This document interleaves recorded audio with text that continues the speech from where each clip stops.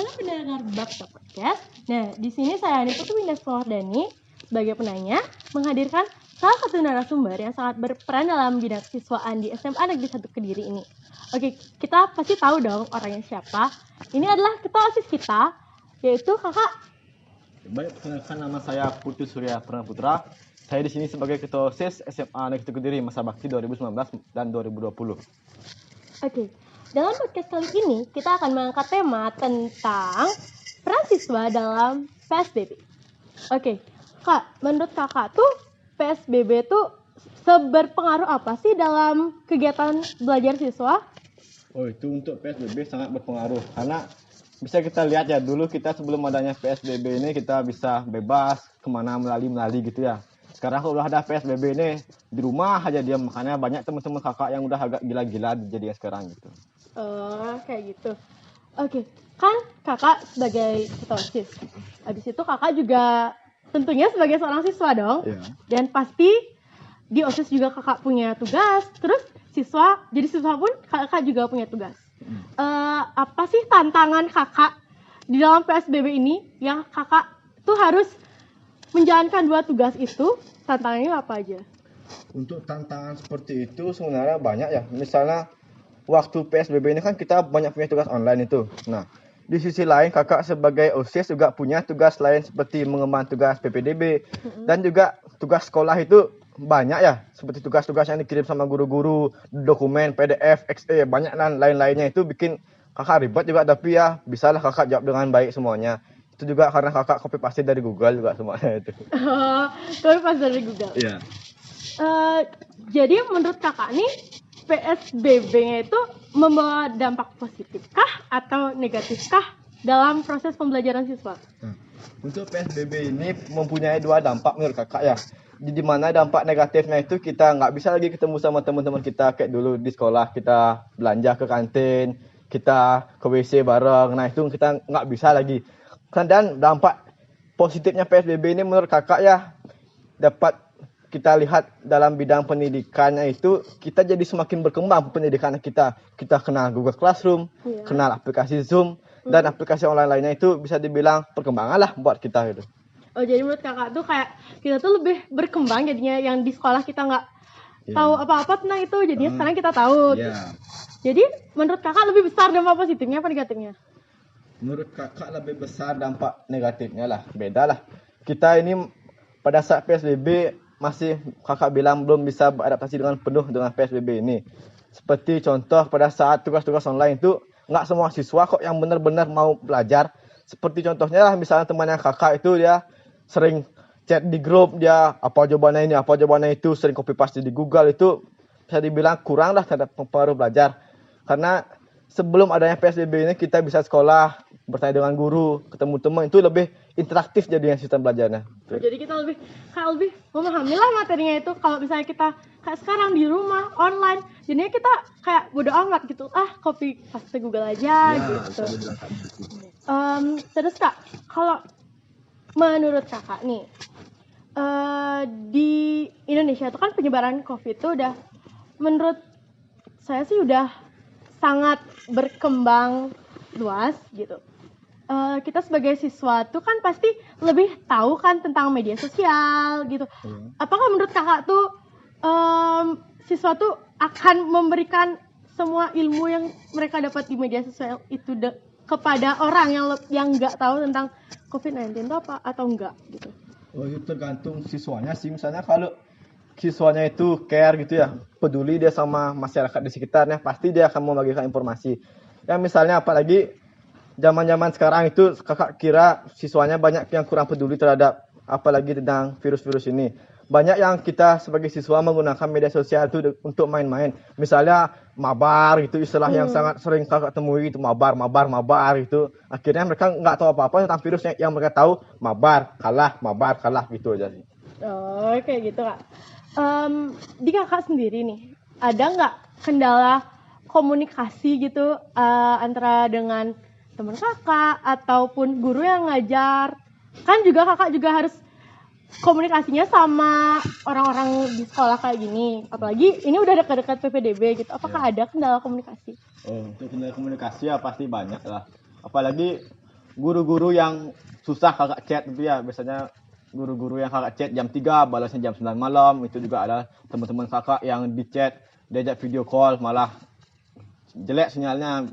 Itu juga banyak masalah-masalah seperti itu menurut kakak. Oh, kayak gitu. Terus apa sih yang bisa dilakukan pemerintah tuh untuk benar-benar menanggulangi lah dampak-dampak selanjutnya gitu tuh menurut kakak? Untuk yang bisa dilakukan pemerintah itu sebenarnya kalau kita lihat ya, pemerintah itu sudah banyak melakukan solusi untuk masyarakat Indonesia itu.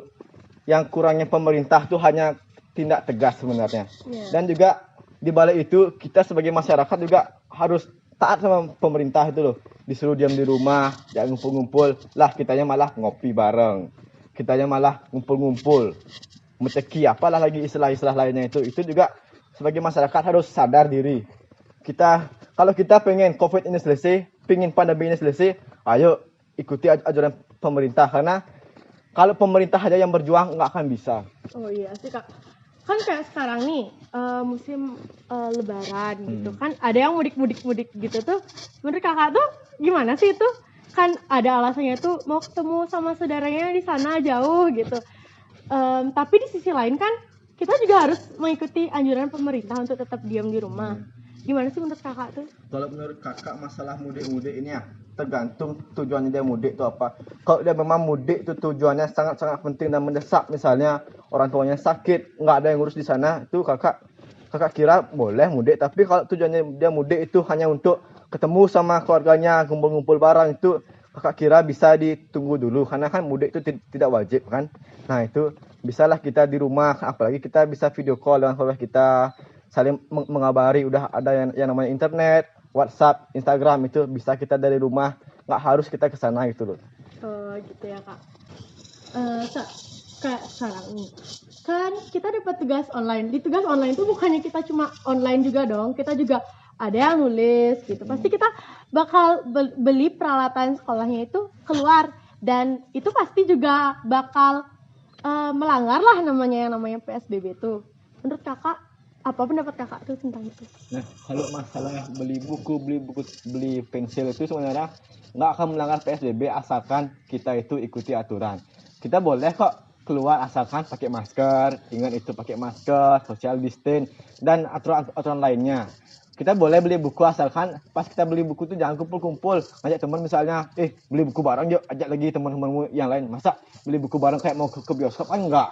Ya udah, kita beli buku, pulangnya ingat cuci tangan. Asalkan kita udah taat sama aturan itu, boleh kok beli buku pensil itu boleh. Itu kan sebagai kewajiban kita sebagai siswa juga. Iya.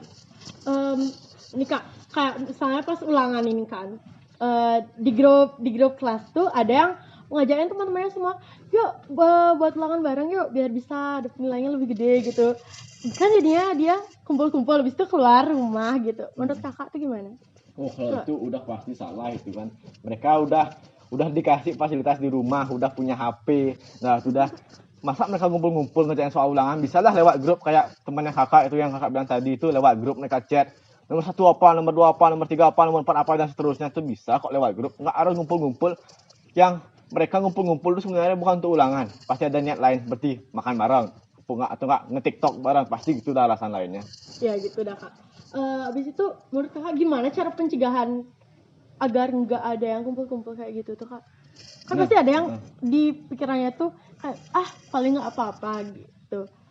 Kayak dia tuh tahu itu salah tapi dia tetap ngelakuin itu gitu.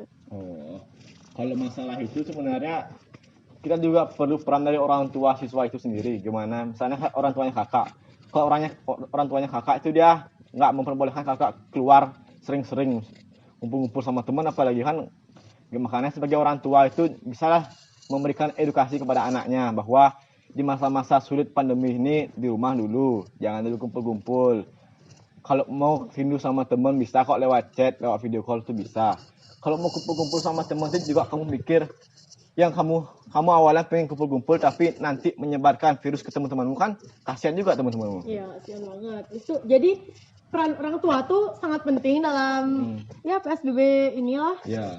Terus menurut kakak kreativitas guru itu dalam memberikan tugas tuh menurut kakak penting apa enggak? Penting sekali itu. Misalnya kalau guru-guru ya, kan guru-guru itu kadang kalau kakak secara langsung ini belajarnya ya, kadang guru-guru itu ada yang guru-guru yang dia itu hanya sekedar ngasih tugas, kirim di misalnya apa di Google Classroom, dikumpul jam 3 gitu. Kakak ada kok guru kayak gitu disuruh ngabsen jam 1, selesai ngabsen jam 1.05 itu kan ya membuat muridnya gedak juga, itu dia kesel muridnya jadinya. Makanya peran guru itu juga harus inovatif dalam memberikan pengajaran, seperti misalnya dia itu coba deh di rumah kalian bikin video tentang masak-masak, coba deh di rumah kalian bikin video tentang gimana caranya menjaga kebersihan, pastilah muridnya itu akan keluar idenya, oh disuruh bikin video aku pasti bikin, itulah dia.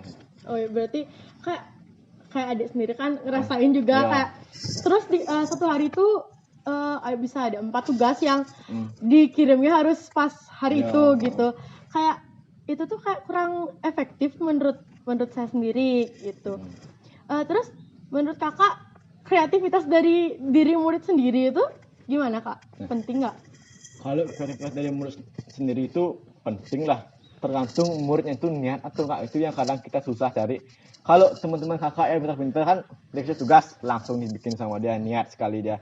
Apalagi kalau yang malas-malas gimana, dikasih tugas tunggu dulu sampai hampir 1 jam minta ketemu yang pintar, copy pasti selesai. Oh iya gitu deh biasanya kan kak. Terus kan pasti bosan dong diam di rumah terus. Apa sih yang kakak lakuin buat ngusir kebosanan itu?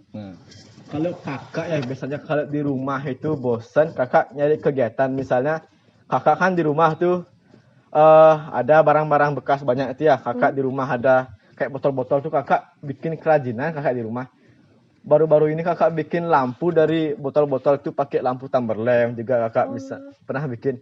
Dan juga kalau kakak bosan biasanya kakak itu video call lah sama teman-teman kakak yang di grup OSIS itu, kita bikin video bareng aneh-aneh gitu. Sudah pasti kayak kita tuh pasti bosan gitu. Pasti mungkin bosan. Hal ini bisa menginspirasi banyak orang, mungkin bisa mengikuti kan, gitulah kak. Terus apa lagi? Oh itu aja? Itu aja? Penutupnya, Gimana penutupnya? jadi segini aja. Baik, sekian dulu. Langsung lari kita ke depan ya. Baik, setelah langsung gini itu di depan. Di komen tak PSBB. Mas PSBB, mas PSBB. Kan lupa sih dia yang sekolah kumpul-kumpul itu. Kakak udah nyindir guru, apa lagi ya, baru guru ya kak sendiri. Bu Antari. Itu bagus tuh. Penutupnya tuh apa lihat ringannya aja pas ikut ya. Baik, sekian wawancara podcast apa wawancara ini Podcast kita pada kesempatan kali ini. Pada episode pada episode perdana ini. tunggu episode berikutnya. Sampai nggak gitu mas di rekam ya. Aku diam aja. Ketawa aja. Terakhir ingat.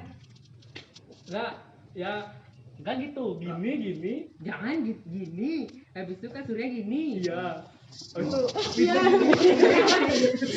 Gini. Gitu ya, Win ya. Sedikit-sedikit. Kayak kadang-kadang kalau serius enggak gituin. Kamu tatapannya ke kamera aja, tapi diam gitu. Oke? Santai, jangan setegang. 1 2 3 act. Oke pendengar semuanya, sekianlah podcast kita pada episode kali ini. Tunggu episode berikutnya ya. Bye bye. Kak, makasih kak.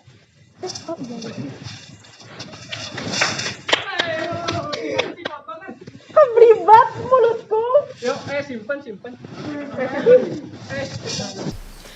Oke pendengar semuanya, sekianlah podcast kita pada episode kali ini.